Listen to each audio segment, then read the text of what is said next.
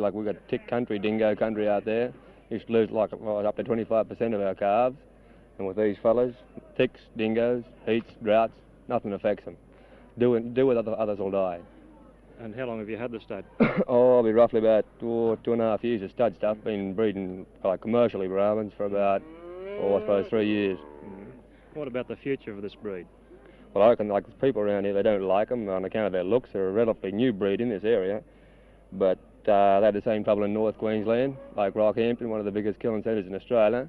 But about 85% of the blood that goes through there now is exotic blood, compared to, well, back in 1933 when they first imported them, was nobody liked them up there either. Well, they've overcome their problem there. South Queensland had the same problem. They've overcome it there too. And now we're sort of trying to overcome it down here.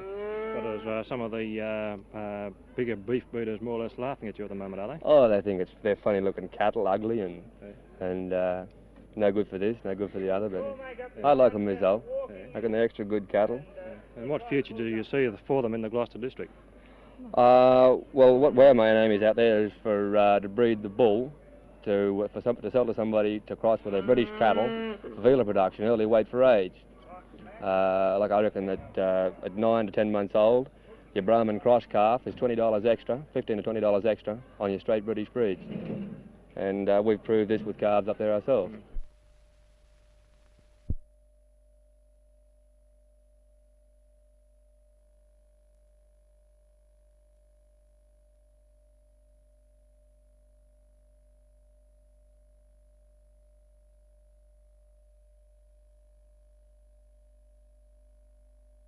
The elusive bandits of Denman made a brief reappearance early this morning, but once again they appear to have vanished. The new alert started shortly after midnight when 2 Muswellbrook policemen spotted a suspected stolen car in the small township of Aberdeen, a few miles north of Muswellbrook on the New England Highway. When they stopped the car, the passenger in the small sedan pulled out a sawn-off .22 rifle and threatened to kill them. One police officer was then handcuffed and had his service pistol taken from him. The other they tied with rope. Within a short time, the second policeman freed himself and radioed for help. A cordon was immediately thrown up around the area, and at 1:45 this morning, Constable Alex Mellish of Bulga spotted the wanted vehicle on the Singleton to Jerry's Plains Road. He turned and gave chase for 2 miles at an estimated speed of 80 miles an hour before the Mini hit a culvert and somersaulted 3 times, striking a guidepost before finally landing back on its wheels. The bandits apparently suffered only minor injuries, for they jumped out of their car and took off across the fields and haven't been seen since. In the wrecked car, police found a sawn-off .22, a .303, the stolen service pistol. The police still believe the 2 men could be armed. Today, police manned roadblocks on every road leading out of the area where the 2 men were last seen. Farmhouses were checked and scores of people were questioned, but to no avail. Early this afternoon, police called for the assistance of a helicopter from the Department of Main Roads. The helicopter, with a police officer on board, crisscrossed the search area in the hope of locating some sign of the wanted men. By mid-afternoon, the men were still at large, and the police are continuing their dragnet, but hopes of capturing the men, who have now remained at large for nearly a month, are not very bright, as police believe that both the wanted men know the area extremely well and have gone to ground, at least for today.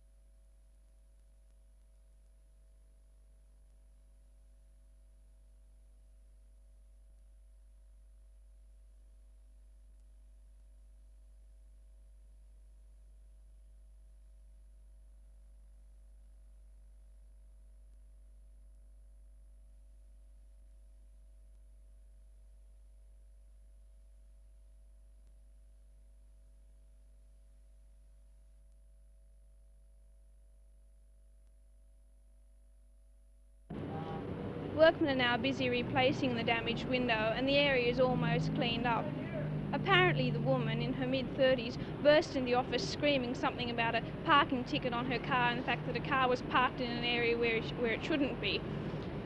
She was taken outside the office and employees tried to pacify her, but the woman continued to scream, attracting attention from a lot of bystanders.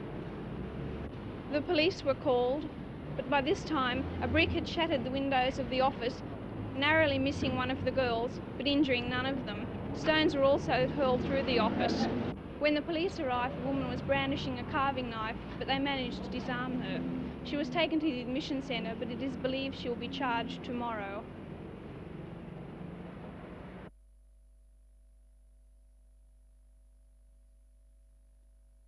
Tonight I'd like you to meet Mr. Harry Soulsby, who's from Tyneside, from Gateshead in England, and who is the High Chief Ruler of the Rechabite Temperance Friendly Society. A grand name and a long title. And what is the Rechabite Temperance Friendly Society, Mr. Soulsby?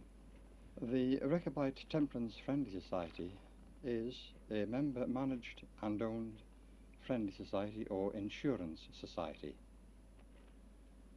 The Rechabites commenced in Salford, England, in the year 1835, not the first friendly society, nor yet the first temperance society, but the first society which embraced the best of both of these groups.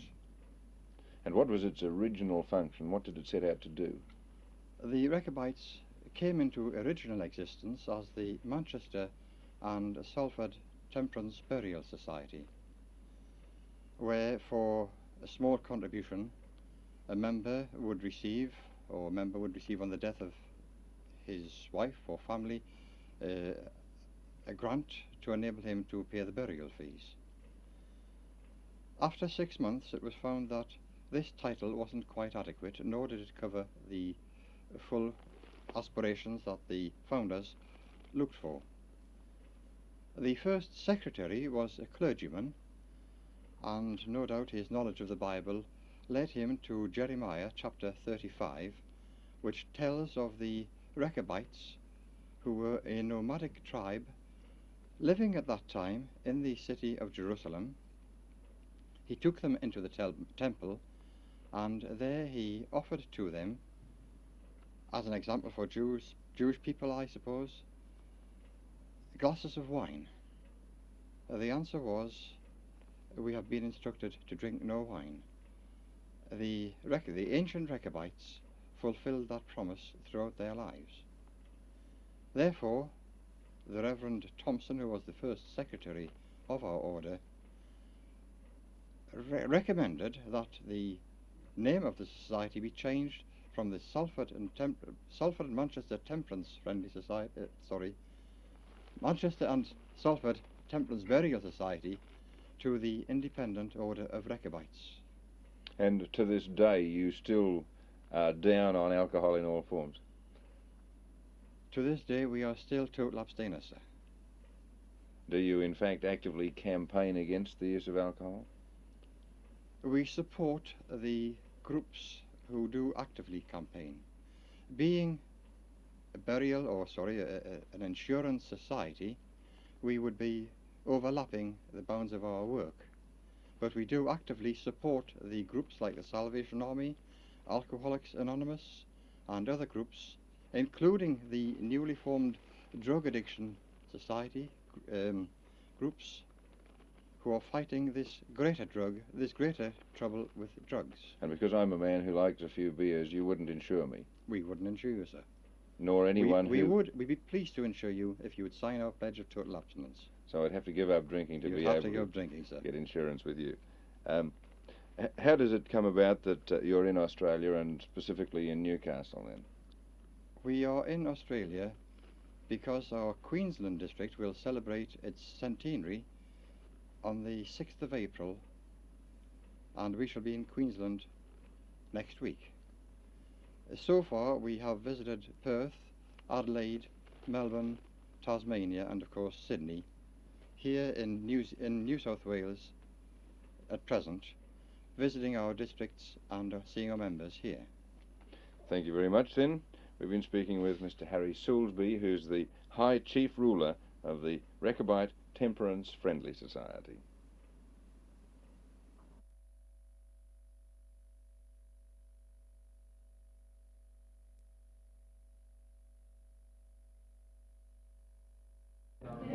Ken, what is the purpose of this laboratory? Well, the basic purpose of any laboratory really is to give intensive practice to students in the oral structures of the language they've been taught. Now, one of the main advantages of a language laboratory is that it enables students to work together and yet to be supervised individually by the teacher, and it enables them to work at their own pace too, of course.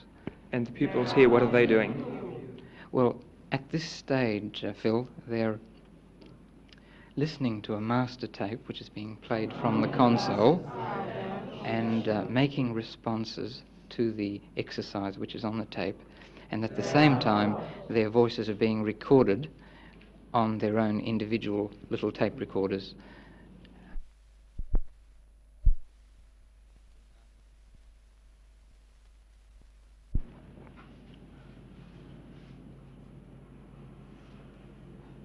Pupil can talk directly to the teacher without others overhearing him or her, and of course the teacher can do the same thing for the pupil, can correct him and make him say things without causing embarrassment and so on. The prepared tape that's used for the class, who made it? These tapes are made and supplied by the Department of Education and Science in Canberra. They in fact supply all our textbooks and all our requirements as far as the course goes. They built this laboratory, in fact. What did it cost them? It cost about $9,000.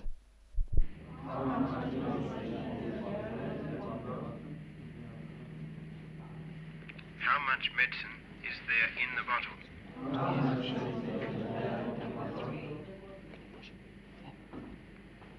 There is only.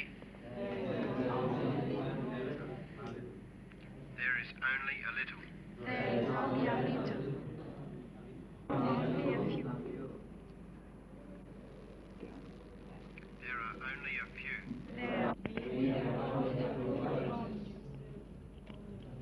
They were all selected by the Department of Immigration. I think what they tried to do was to get people who had some sort of background in their own countries, some sort of professional or perhaps trade background, some sort of qualification anyway. And so these are professional people trying to adapt themselves to Australian way of life and language. Basically, that is people who are prevented from exercising their profession because they don't know enough English. People who have been forced to do things like cleaning or factory work and so on, when they could be chemists or engineers. Make your own sentences. You may hear Sunday. You must say, Sunday is the first day of the week. Imitate the correct sentences. Are you ready? Sunday. Sunday is the first day of the week. Sunday is the first day of the week. Sunday is the first day of the week.